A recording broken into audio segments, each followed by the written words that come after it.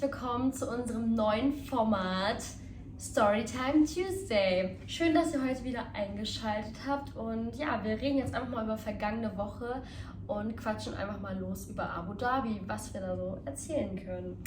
Fangen wir einfach mal mit der Anreise an. Wir sind ja aus Antalya nach Abu Dhabi geflogen direkt. Ich weiß gar nicht, wie viel haben wir bezahlt. Weißt du das noch? Weiß ich nicht.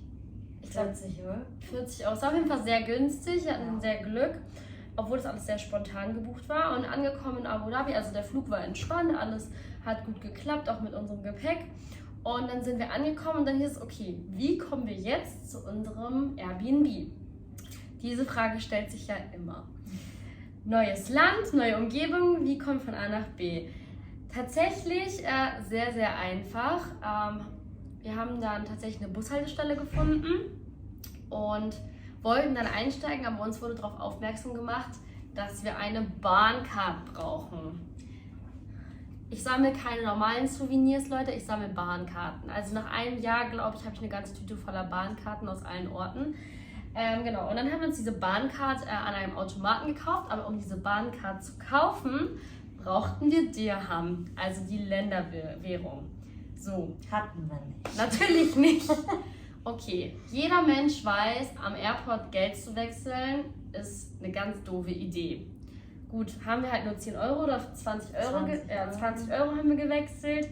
Halt das, was so einfach jetzt so, dass wir ein bisschen was bei uns haben. Haben uns dann diese Karten jeweils geholt und hatten direkt auch was aufgeladen dadurch und konnten dann zu unserem Airbnb fahren. Das Streckennetz, also das Verkehrsnetz ist halt super easy, ganz einfach zu verstehen. Und dann sind wir zu unserem Airbnb gefahren und dann... Ja, dann waren wir da. Sind auch zum Glück echt gut reingekommen. Also wir hatten keine Probleme, nicht so wie beim letzten Mal in Bukarest. Das lief alles top. Ja, und dann sind wir in unser Zimmer gegangen und da waren wir erstmal geschockt. Wirklich geschockt, ja.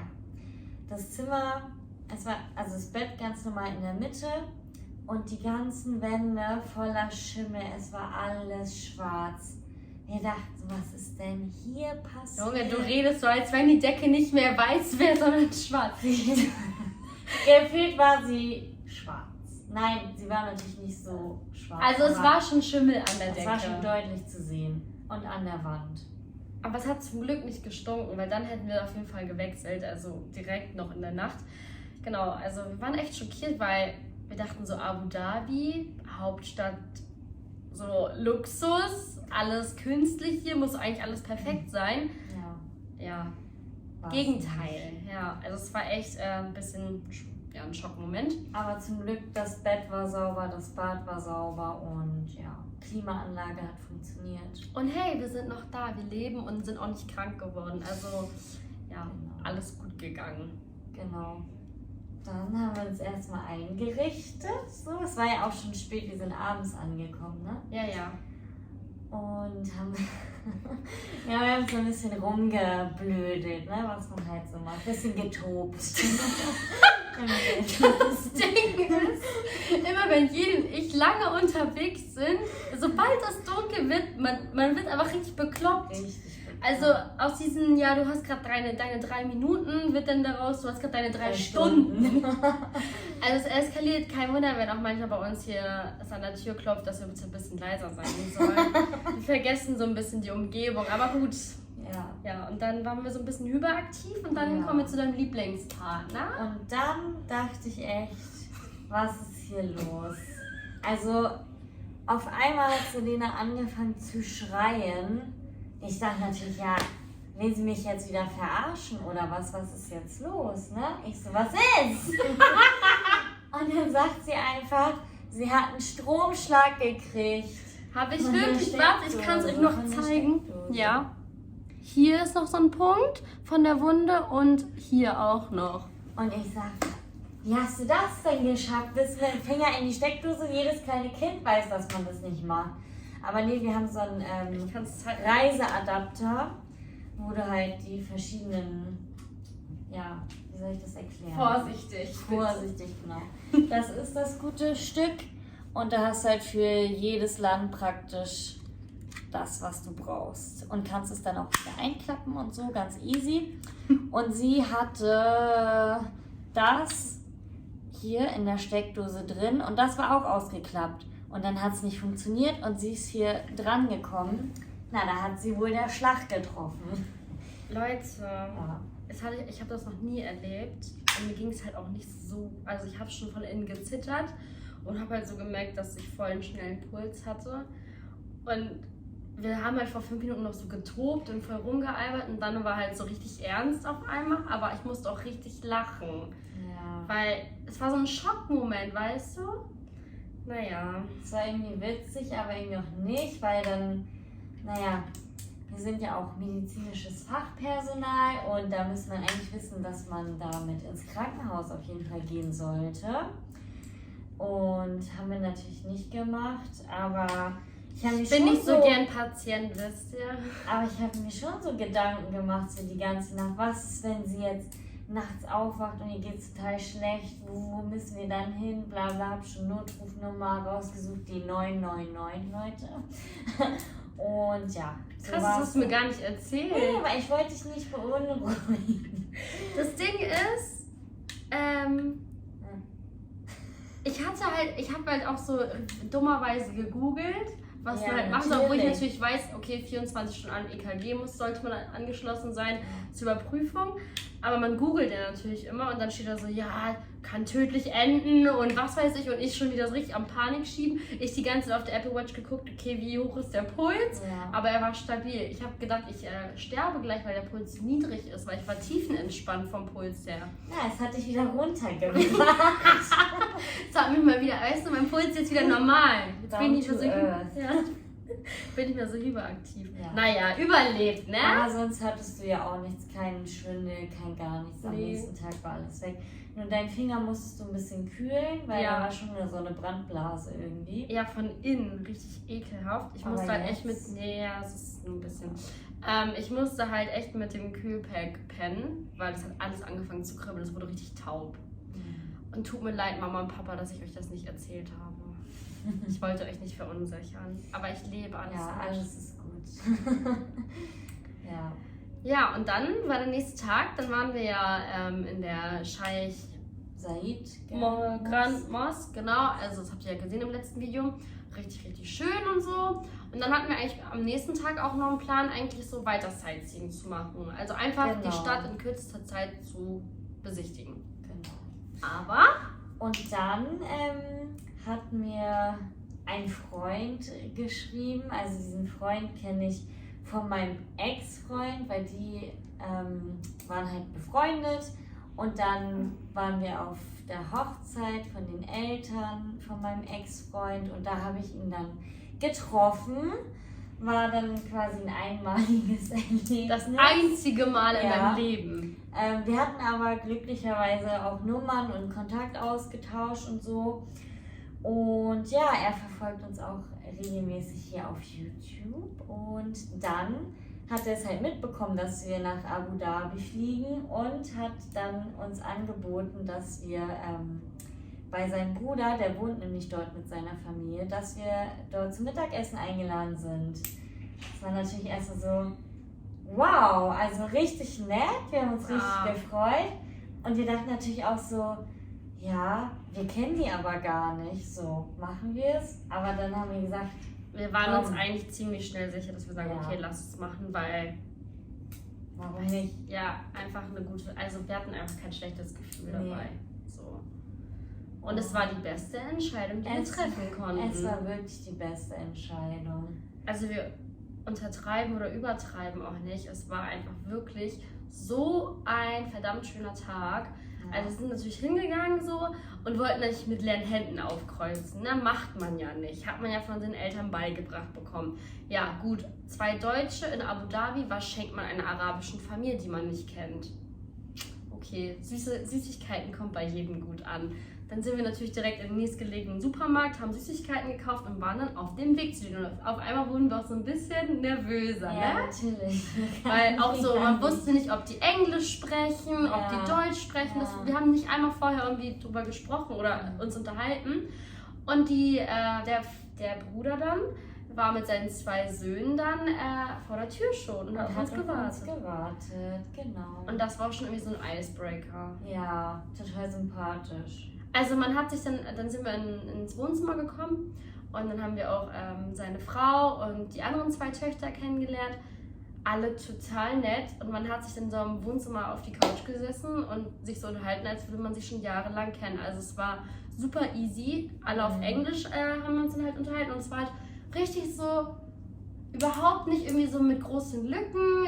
Es war so Interesse von beiden Seiten da. Es war richtig, richtig angenehm. Man hat sich wirklich willkommen gefühlt, fand ich. Also voll. Es war richtig schön. Auch dort, die haben uns dann auch noch die Wohnung gezeigt. Richtig süß und echt richtig nice. Dieser Ausblick einfach, Leute. Also so könnte ich mir auch toll vorstellen, irgendwann zu leben. Ja. Richtige Family Goals. Also auch die Kinder, so nett und süß, also alle so gut erzogen, also krass. Das war wirklich toll. Dann haben wir noch einen Cappuccino getrunken und dann hieß es so vom Vater, also vom Bruder, er meinte so, ja, was habt ihr denn heute noch vor? Und wir so, nix. Also letztendlich haben wir uns den Tag halt für euch so komplett freigelassen. Ja. So, wir wussten ja nicht, wie lange wir hier bleiben und wir wollen dann halt eigentlich nur noch das Emirates Palace sehen. Dann meinte er so, ja, lasst uns doch zusammen hinfahren, wir zeigen euch noch ein bisschen und so, bla bla. Wir so, wenn es euch keine große Arbeit macht, gerne so. Wir sind dankbar dafür. Und dann ging die Tour los. Ja, dann sind wir mit ihm und seiner großen Tochter und der kleinen Tochter sind wir losgefahren und sind so ein bisschen die Spots abgefahren, sag ich mal. Ja, er hat uns wirklich so eigentlich die wichtigsten Spots gezeigt. Er hat uns halt auch mega viel erzählt, so im Auto, immer irgendwo, wenn wir dran vorbeigefahren sind. Er war halt richtig so wie so ein Geschichtslehrer. Wie ein Touri-Guide. Ja, er hat uns echt alles erzählt. Und dann hat er immer mit uns angehalten, ja, ihr könnt hier Fotos machen, wir haben dann alle im Auto gewartet. Meinst du, seid ihr jetzt schon wieder zurück? Süß, ja. Also, ja, ihr wollt euch nicht so lange warten. Geht raus, macht noch Fotos, okay. Ja, die haben Fotos von uns gemacht, die haben alle zusammen Fotos gemacht. Richtig süß. Dann wollten wir noch wirklich den Emirates Palace besichtigen. Ging aber leider nicht, weil da gerade ein Event war. Wir konnten wirklich nur vor die Tür, also vor das Tor quasi und mussten dann leider wieder umdrehen. Ja, leider. Ja, sehr schade, aber gut. Passiert. Aber besser so, als wenn wir von uns aus hingefahren wären Die ganzen und uns Weg, dann richtig ja. geärgert hätten. Ja. Ja.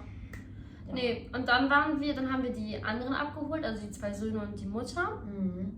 Und waren dann richtig, weil das ist eine syrische Familie, waren dann syrisch essen in einem richtig schönen Lokal.